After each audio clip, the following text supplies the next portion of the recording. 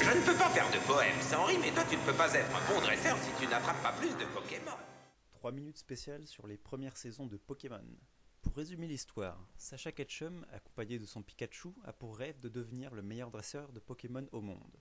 Pour cela, il va devoir constituer une équipe de Pokémon et remporter 8 badges en battant les champions des différentes villes afin de se qualifier pour le championnat de la Ligue Pokémon.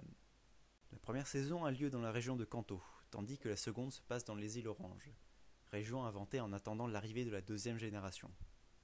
Les générations d'après vont suivre le même chemin à quelques nouveautés près, en durant plusieurs saisons et en reprenant toujours le même schéma.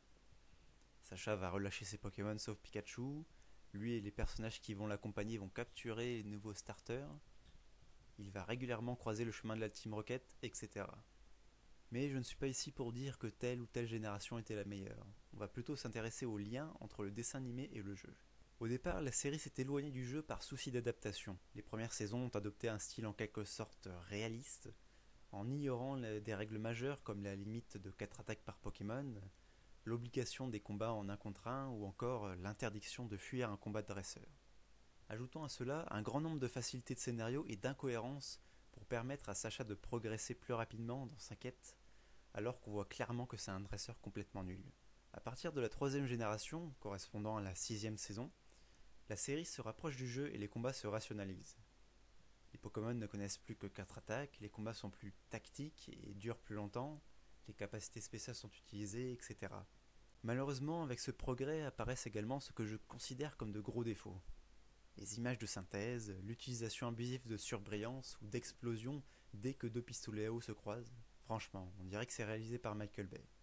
Mais alors, qu'est-ce que les premières saisons ont apporté d'intéressant par rapport au jeu ?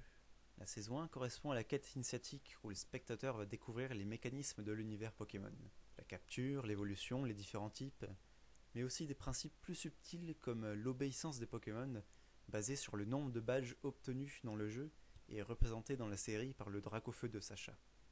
J'ai déjà évoqué les incohérences de la série, qui sont d'autant plus nombreuses dans la première saison, mais à bien y réfléchir, cela correspond bien au jeu.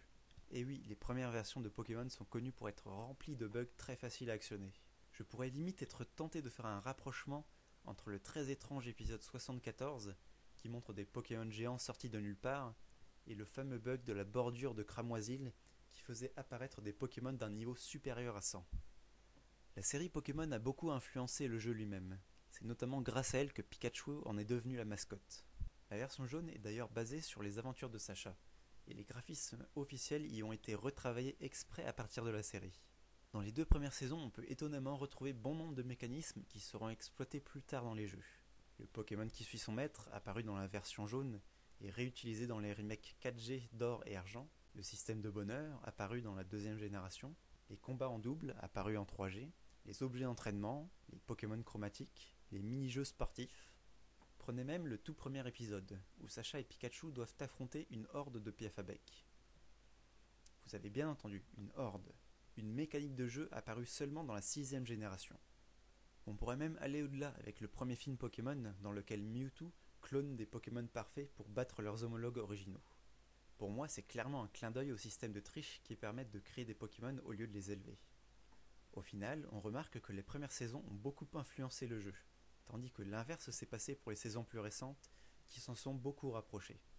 Dans tous les cas, malgré ses défauts, on ne peut qu'admettre que la série animée Pokémon a énormément contribué au jeu. Après, si vous voulez quand même voir un anime Pokémon de bonne qualité et qui respecte les jeux, allez voir Pokémon Origins. 「パッとパッと晴れやかに咲かせましょう花のように」